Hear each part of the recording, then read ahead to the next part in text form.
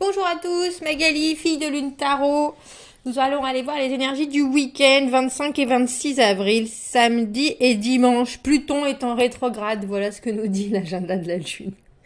Pluton est en rétrograde. Soyez flexible avec les nouvelles informations qui vont venir à vous. Vous allez devoir affronter un dilemme personnel avec courage. Tiens. Faites attention, le soir du samedi, avec des envies ou des plans que vous voudriez faire et qui ne se forment pas forcément comme vous le voulez. Dimanche, un matin joyeux et paisible. Soyez prêts à des moyennes, des petits troubles, des conflits l'après-midi. On dira, mais c'est mineur. Hein.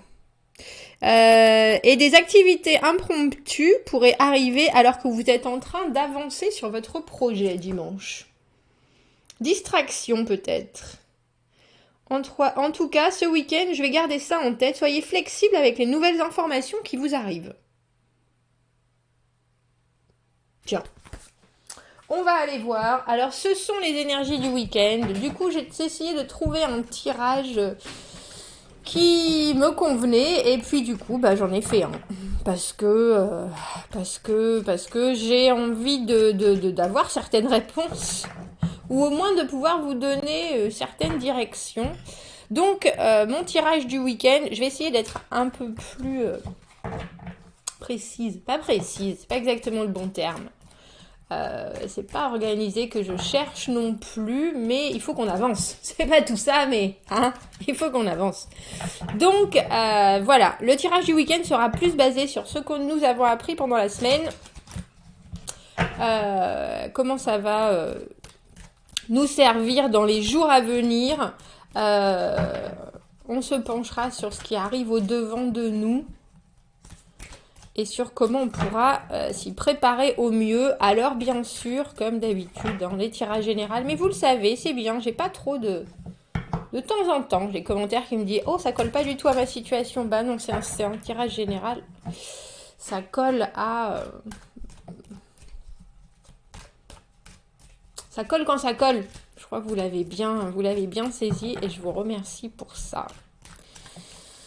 Alors, on va aller voir ces énergies du week-end 25 et 26 avril avec qu'est-ce que nous avons appris de cette semaine. Comment est-ce que ça va nous servir dans ce qui s'approche de nous, ce qui arrive au devant de nous, la façon dont on peut s'y préparer au mieux. Les énergies de ce week-end. On va aller voir et ce qui s'avance au devant de nous dans les jours à venir. Allons voir.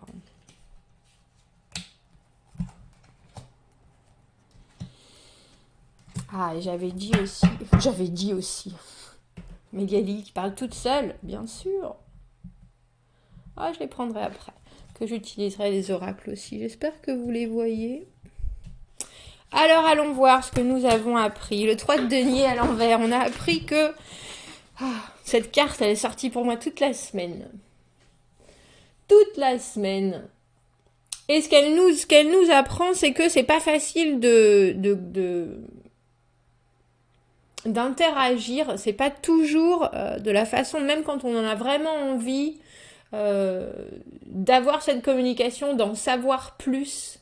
D'essayer de divers moyens pour engager un échange qui peut être, qu'on espère être fructueux, qu'on espère faire progresser une situation, et qu'il y a des fois où on fait chou blanc. Ce qui est dommage, c'est qu'il y a vraiment une idée d'avoir du mal à travailler en équipe, entre guillemets. C'est-à-dire que même si tout le monde est bienveillant et puis a une envie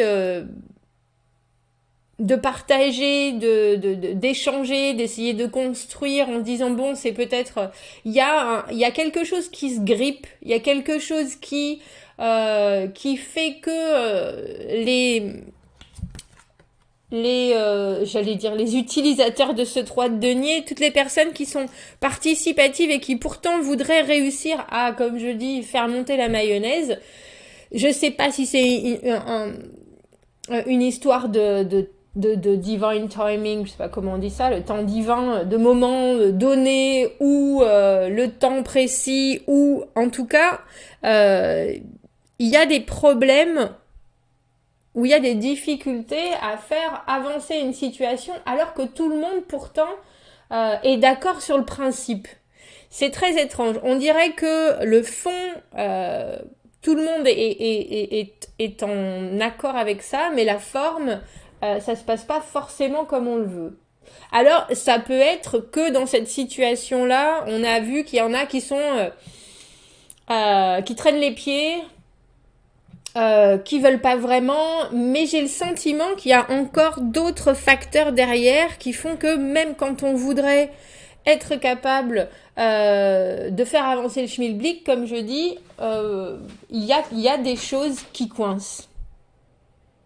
Alors pour ceux qui ont vécu ça cette semaine, qui se sont retrouvés en face d'une situation de personnes qui paraissent obtus, qui paraissent pourtant vouloir quelque chose, mais ne pas aller au bout, ne pas où on a vraiment l'impression que où il faut les brusquer, où il faut les bousculer, où il faut laisser tomber, on ne sait pas trop. Euh, ça reste pour moi la carte de c'est dommage quand même. Voilà, le 3 de denier à l'envers. C'est dommage quand même. Alors, comment est-ce que ça va nous servir dans les jours à venir? On a le valet d'épée à l'envers. Le valet d'épée, pour moi, c'est celui qui cherche un moyen de communiquer, qui parle avant tout, les épées, avant tout parler d'intégrité, qui regarde les choses avec minutie et qui dit, moi, je vais réussir à trouver les mots euh, à trouver les mots pour toucher. Pour me faire entendre, pour me faire comprendre, à part qu'à l'envers, c'est un peu en dire beaucoup et en faire peu. Alors j'ai le sentiment que cette situation, il faudrait qu'on y réfléchisse ce week-end en disant, est-ce que je suis en train de me monter le bourrichon, entre guillemets, ou est-ce qu'il faut juste, parce que le valet d'épée à l'envers, c'est aussi un peu l'espion, vous savez, le stalker des comptes sociaux qui essayent de tous les réseaux, qui essayent de graber, je peux faire un mélange anglais-français, ça va pas marcher là, qui essayent de récupérer des informations, qui tend l'oreille, qui reste quelque part. Les épées, c'est pas l'intuition, mais c'est presque...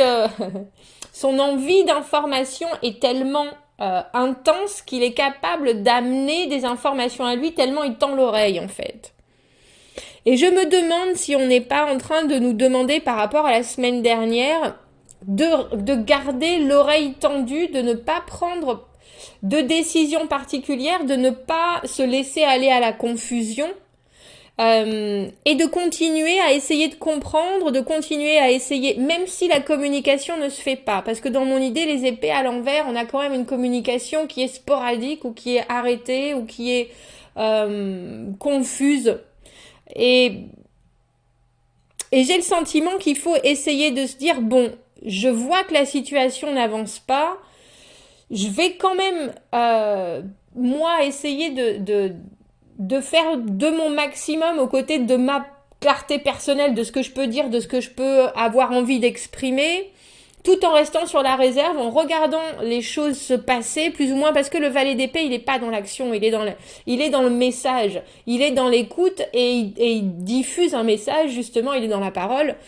Là, j'ai le sentiment qu'on nous dit, bon, regarde les choses se passer ou ne pas se passer, ou en tout cas cette mayonnaise ne pas prendre, et on doit se dire, continuer à aiguiser ses pensées, continuer à ouvrir grand ses oreilles et j'ai envie de dire son intuition quelque part, et pas forcément étaler ses intentions ou pas forcément communiquer. Qu'est-ce qui arrive au devant de nous? Qu'est-ce qui arrive au devant de nous? C'est dingue. Comme je vous ai dit, on a l'as de denier à l'envers. Parce que on sait que il y a un potentiel. Pour moi, l'as de denier à l'envers, c'est un potentiel énorme. Le denier, c'est la valeur personnelle, mais aussi l'engagement. Donc, il y a un peu l'idée de découvrir quelque chose. On découvre le pot aux roses. Non, pas du tout. On découvre la graine de rose. C'est ça. Et après, on a tout le travail derrière, à la mettre en terre, la faire pousser. Donc, on sait, il y a quelque chose qui arrive au-devant de nous, qui a besoin d'être quelque part découvert, même si on sait que c'est là. C'est pas très clair, ça. Pour moi, c'est très clair. Pour moi, c'est très clair. On sait qu'il y a une possibilité sur du long terme, parce que les deniers, c'est vraiment du long terme. C'est quelque chose sur lequel on travaille, quelque chose sur lequel on met. En fait, pour avoir un 10 de denier qui est le beurre, l'argent du beurre, il faut pouvoir passer par la pensée, l'envie, par en fait tous les autres éléments du tarot, j'allais dire, pour pouvoir arriver à ce moment-là. Donc là, on sait qu'il est là, on sait qu'il y a quelque chose, qu'il y a un potentiel, mais encore une fois, comme ce 3 de denier à l'envers, on sait qu'il y a un frein. On sait qu'il y a un frein et que cette offre est là, mais n'est pas faite, en fait. C'est ça. C'est ça. C'est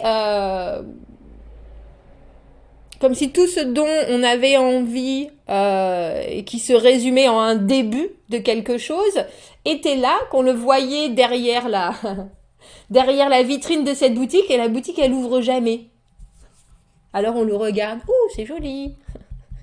Ouh, c'est joli. Comment est-ce qu'on peut s'y préparer au mieux? Enfin, en fait, c'est un tirage pour moi. Je vous le partage, mais il est pour moi. Cette carte, alors je vais être un peu personnelle dans ce moment-là. Quand j'ai commencé à tirer le tarot, c'était la carte qui me représentait. C'était ça. Le diable. À chaque fois qu'il y avait le diable, je savais que ça parlait de moi. C'était ma carte. Ça a changé maintenant. J'ai plus une carte en personne, mais ça voulait dire que j'avais beaucoup de problèmes. Bref, pardon. Donc, à la question comment pouvons-nous y préparer au mieux, le diable à l'envers. Sortir de chemin acquis, sortir de chemin facile, sortir de ce qui nous tire en arrière et qui nous retient. Alors j'appelle toujours ça faire du forcing, merci, parce que je me souviens que la première fois que j'ai essayé de me souvenir de ce mot, ça a été délicat. Donc ne pas faire de forcing, justement. Ne pas faire de forcing. Le diable à l'envers, c'est vraiment sortir d'une codépendance, sortir... Le diable, c'est la carte de la dépendance, de la tentation. Pour moi, la tentation de faire les choses facilement, la tentation d'aller au plus facile. Et à l'envers, on connaît ses travers, en fait. Donc, on essaye vraiment de les contrecarrer. Et puis, on garde une idée de contrôle sans avoir le contrôle. C'est-à-dire qu'il ne faut pas que ça nous brasse de trop. Il ne faut pas que ça nous obnubile. Il ne faut pas que ça nous hante. Et on le sait. On le sait. Donc, quelque part, on doit lâcher ces choses qui nous percute à ce petit diable qui est là en train de dire mais si tu sais bien qu'elle est là cette offre, vas-y, essaye d'en savoir plus, vas-y, demande. Non, tout ça il faut réussir, et le diable à l'envers, c'est tout un travail, et je pense que c'est un travail, c'est le travail d'une vie de désapprendre des choses, des comportements qui ont toujours été ce qu'on trouve facile, agréable, et puis qui sont qui sont confortables et qui nous mettent dans des situations, le diable nous met dans des situations incroyables parce que on veut absolument échapper à quelque chose en particulier, mais par le comportement qu'on a, on se remet dans cette situation alors que c'est exactement ce qu'on veut éviter. Et le diable, c'est un désapprentissage. À l'envers, c'est un désapprentissage de tout ça. Donc, rester dans une position où c'est pas très confortable, où on sait pas, parce qu'il faut penser que le diable c'est un hyper contrôle aussi, où on ne sait pas, sur quel pied danser, où on se sent pas très bien clairement, parce que ces comportements qui veulent nous faire voir les choses blanches ou noires, bah là on nous demande d'être dans une période de gris et c'est pas forcément très agréable. Mais il y a un potentiel, il y a du travail. Dans les conseils du week-end, on a le 4 de denier à l'envers. Vous voyez, on passe du 3 de denier à l'envers au 4 de denier à l'envers. C'est pas si mal. Non, c'est pas terrible. On aurait pu passer au 4 de denier à l'endroit. À l'endroit, clairement.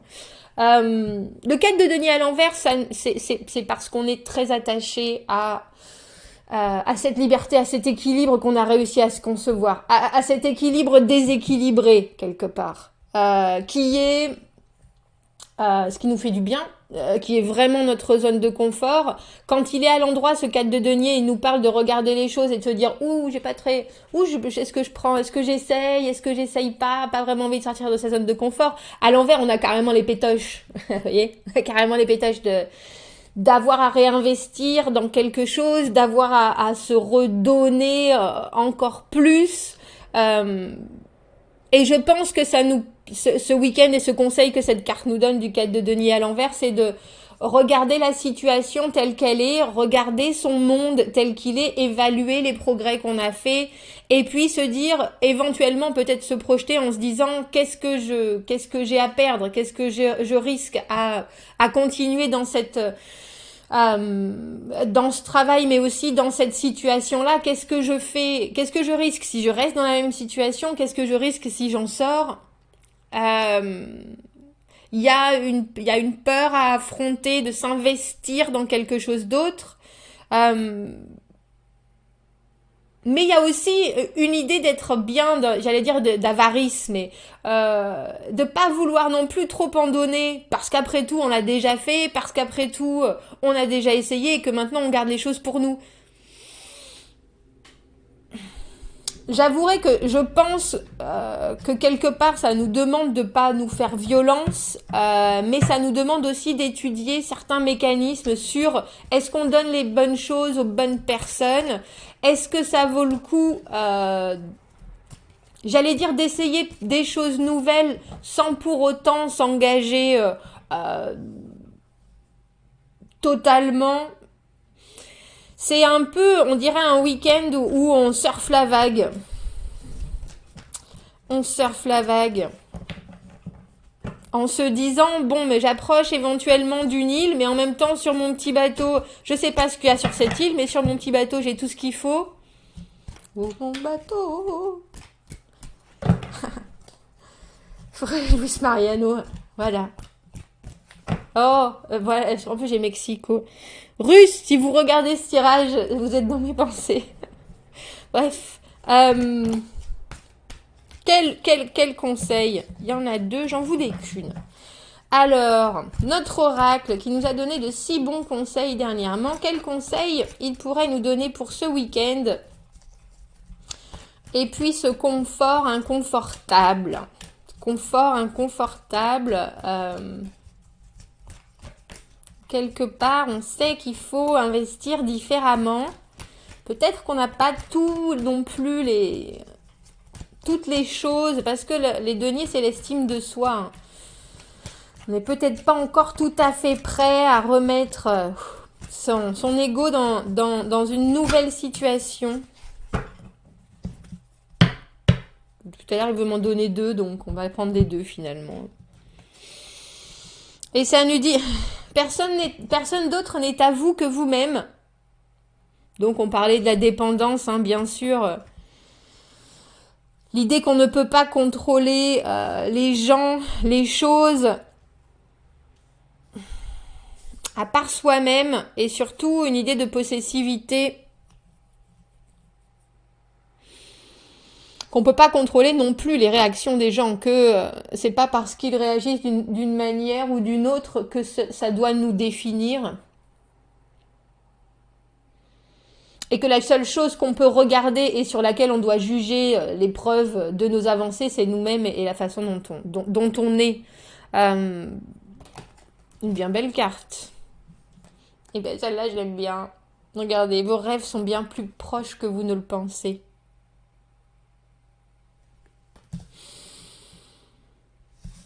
C'est un beau tirage. C'est un beau tirage. Vous voyez, il y a cet as de coupe. En plus, il est fait avec cet as de coupe. C'est pour toutes les personnes qui ont envie d'ouvrir leur cœur de façon naturelle. Mais j'ai envie de dire, l'as de coupe, c'est naturel, mais c'est pas facile. C'est pas facile. Eh bien, dites-moi ce que vous en pensez de ce tirage du week-end. J'aime bien ce tirage que j'ai créé. Enfin là, en tout cas, il m'a bien parlé. J'espère que ça vous parlera à vous aussi. Euh, Dites-moi ce que vous en pensez. Cette carte de personne d'autre n'est à vous que vous-même. Euh, il y a une obligation de lâcher prise sur la possessivité, sur ce qu'on espère quelque part, des réponses que l'autre va nous donner.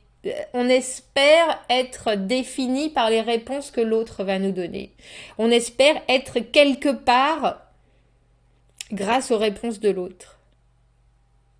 Et c'est dans n'importe quelle situation. Il y a vraiment une idée d'être obligé de se rendre compte que nous sommes la seule personne qui devrait pouvoir nous amener, j'ai envie de dire du bonheur, parce que là, clairement, elle a un cœur, elle, je sais pas pourquoi je dis elle, c'est deux mains, un cœur entre les mains. euh, et avec ces trois yeux, on a l'idée de voir quelque chose. Et c'est pas quelqu'un d'autre qui nous ouvre les yeux sur notre personne, c'est nous qui trouvons les réponses.